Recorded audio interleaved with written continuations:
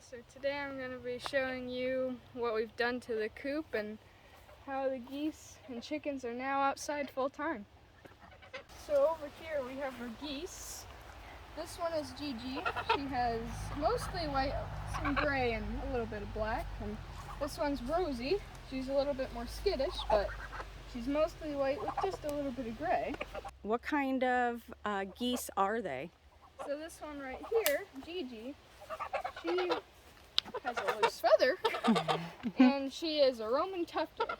And because she's a Roman tufted, that means she will not like me right now, but she has a tuft on the top of her head. That's right. Right there.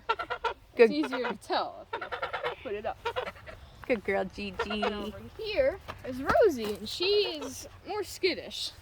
Yeah, I'll see if I can touch her. she's an Emden goose, right? And so yeah. Hi, This is Rosie. Rosie. They're very sweet. Yep, we got them as very, very little ones, little goslings. So they imprinted onto Sam, which is good. They've bonded. Yep. Gigi bonded a bit more to you though, right? Because she was by herself for a while. So Gigi's a bit more bonded to Sam, and Rosie's a bit more bonded to Gigi. So yeah. Let's show them some chickens. Yeah. So over here, this is their chicken treats. This is a cricket bag, but there's actually mealworms and grubs. And with the mealworms and grubs, they love it. So as you can see, this golden buff is looking for some food. And if I shake it more, some more will come. Even a goose.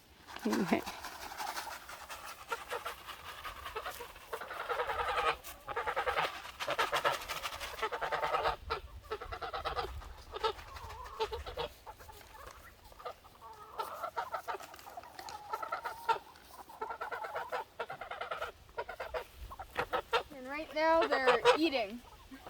And Gigi's being a very loud girl.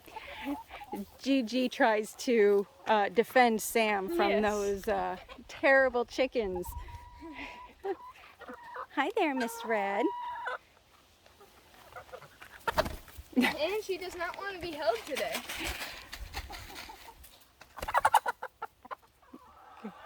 Sam's been doing a really good job trying to socialize with his chickens. Reds, and this is the nice red. The other red is more skittish, but Yeah, good chicken. that's right. Very good. Yeah. Hi, sweetheart. You're a good girl. It's okay, Gigi. It's okay. So over here, this is our cream puff. As you can probably remember, when we first got the chickens, there was this one really, really bright one, like an Easter egg chicken from Easter. But now, that's cream puff. Cream Puff changed a bit. Yes. Yeah. And she is a little bit bigger than normal. She has sickles like a rooster. She's more defensive like a rooster, kind of like an alpha. And she also got, last night, she got a fly trap on her. Yep, she got a sticky fly trap attached to her feathers. Now, the thing is, though, what do we think Cream Puff is? Cream Puff might be a male. Yep, and why is that? Because she crowed a couple days ago. And she tried doing what? Mating. Yep, so we're not quite sure. We might have a rogue rooster amongst our flock of hens. So, yeah, there's Cream Puff, also known as Dee Snyder from Twisted Sister, because there's an uncanny resemblance between the two. So she might be a he, but we're not quite sure yet. Jury's still out. But either way, beautiful chicken.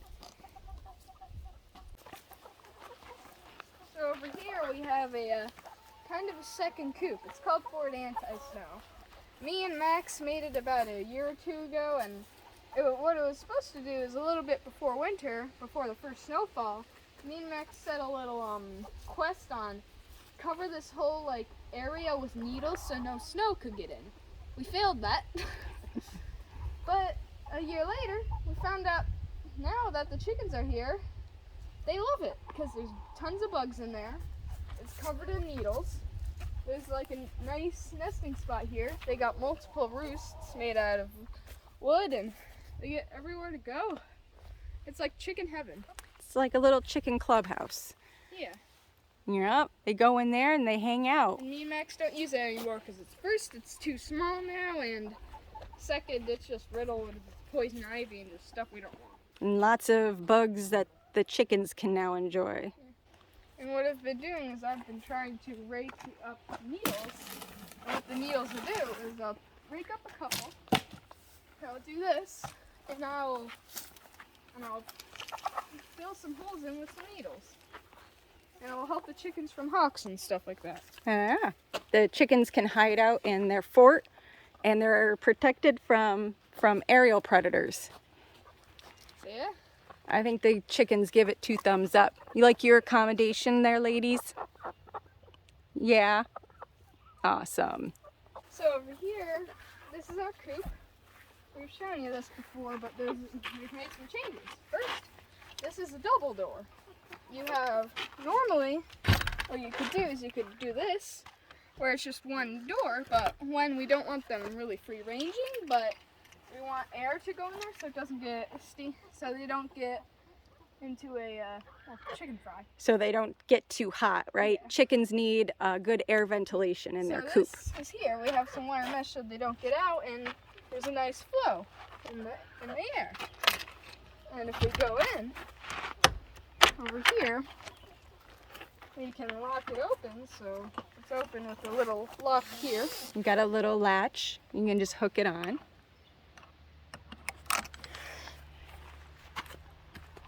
And Gigi's in here eating chicken food for some reason. Oh, chicken and goose food. Yeah. And over here is Gigi and Rosie's water. And what they do is we have to clean it quite often. And the reason why is because they spit in their food so they can swallow. Without that, they'd choke to death. Yep. So this is actually a chicken water from the company Omelette, and it's deep. So the geese can actually get their whole beak down in, which is very important for geese. And over here, since they're almost 4 months old and they're hopefully going to be laying eggs in about a month, we have fake eggs in here. And what the fake eggs do is they make chickens hopefully go into the nest and lay real eggs. And what we'll do is we'll see this is a fake egg because from here, I don't know if you can tell, but there's little rings of wood. And there's one in each of these 4. So the nests are ready and they're showing the hens where they can lay their eggs. Yeah. Yep. And over here we have we have roosts. We have kind of a third roost, but this isn't like. Yeah, because what did we found out when we moved the geese in here with the chickens, that Gigi likes to mess with the chickens at nighttime and pull their tail feathers out. So for now, we actually divide the coop with a little divider that's over here. It's kind of ragtag and put together by spare parts. But at night, we just take this, we slide it in, and it sits across the middle of the coop so that the geese can be on this side and the chickens can be over there. You know, up here we have a hatch. And what this hatch does, it's basically the door, but it's a hatch.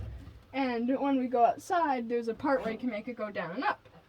And down here we have our chicken grit. This is clam shells, I think, or oyster shells. So those are oyster shells, and then this is grit. We have chicken grit. So they have just these little cups so they can come and get that free choice. And we just have it hanging there on some wire there. So yummy.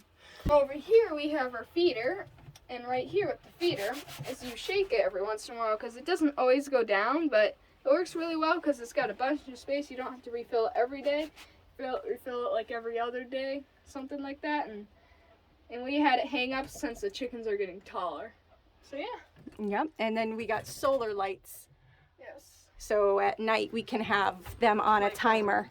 When it's night, we normally give them around 2 hours extra of light. If I turned it on, now the lights are on. 2 hours, 4 hours, 6 hours, and 8 hours. We normally do 2. Just to give them a little time to get settled in. Now, what did we end up doing for bedding, Sam?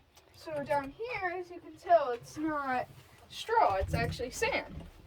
It's just simple, like kind of like kitty litter sand. So what will happen is the chicken will poop. Say, they'll poop, and what will happen is when they poop, their poop will lie here, and if it was straw, it would be really hard to pick up. You'd need pitchforks. We need to have to refill the whole thing back and forth. We need pitchforks. It would just be annoying and time consuming. But since there's now kind of a kitty litter, when a chicken poops, it's going to be there. And all we need is a kitty litter scooper, and we can just scoop it up and put it in a garbage bag. Yeah, well, we put it in a compost bucket, right? And then I can let it compost to use in the garden. Yeah. Yep. And we couldn't use play sand for this, right? We needed to use construction grade sand, or it's also can go by bank run sand.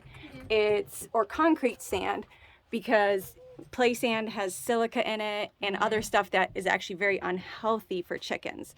So we ordered 2 yards of concrete sand, all-purpose sand, from a local place, and they delivered it, and that's what we've been using. And then we just sprinkle some stall dry. It's absorbent and a deodorizer. We sprinkle it on top every day, and that helps keep smell down and moisture down as well.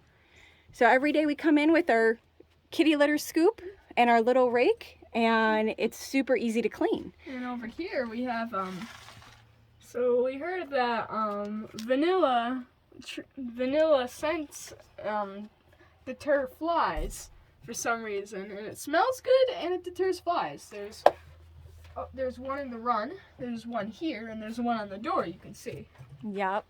Yeah, it's the vanilla aroma car pine trees scent things. Yeah. We're giving it a try. It was worth $6 to get a couple of them. And then over here, we have the other tree. And then if we go in here, we have more sand and for kitty litter scooping. And over here, we have a miniature water for the chickens. And it's not much water, but it's nice to have there. And this is their chicken door. Yeah. It's big and hefty.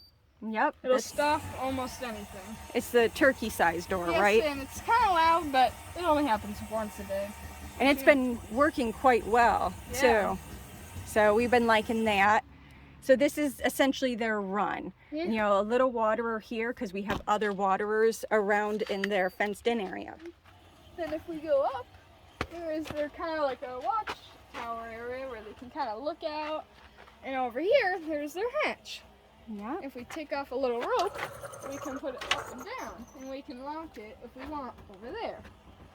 Yep. But in daytime, we always have it up unless it's raining or snowing or something like that. Unless it's cold. So in warmer weather, we always have it open, even if it's raining, because it allows for good ventilation. And Joe basically set up a little pulley system to make it easy for Sam to open it and close it every day.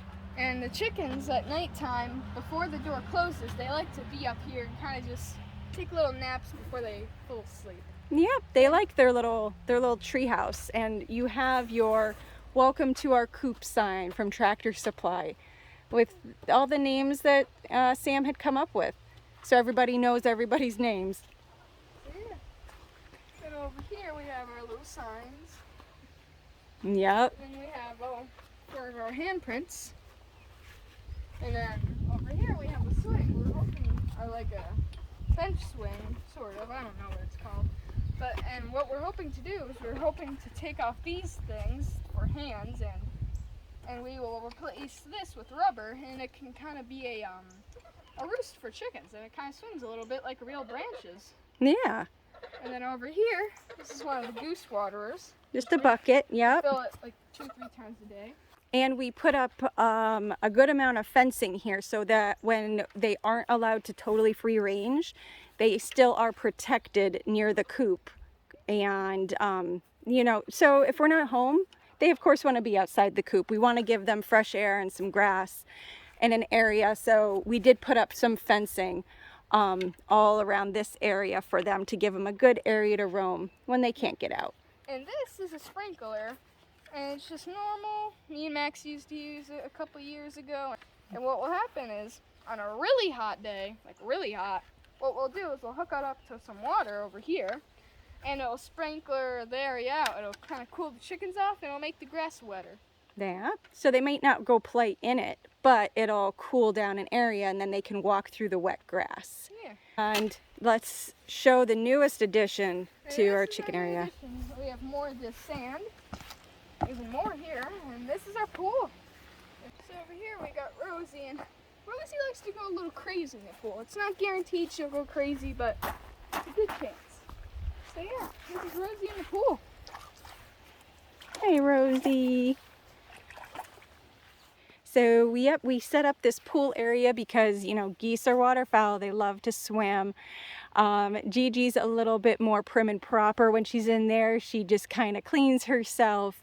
Rosie can go crazy like a party girl. She'll just start splashing away and having some fun. Yeah, you sweet girls. And over here, we got now Gigi. And then here's Gigi. A bigger girl. Yep.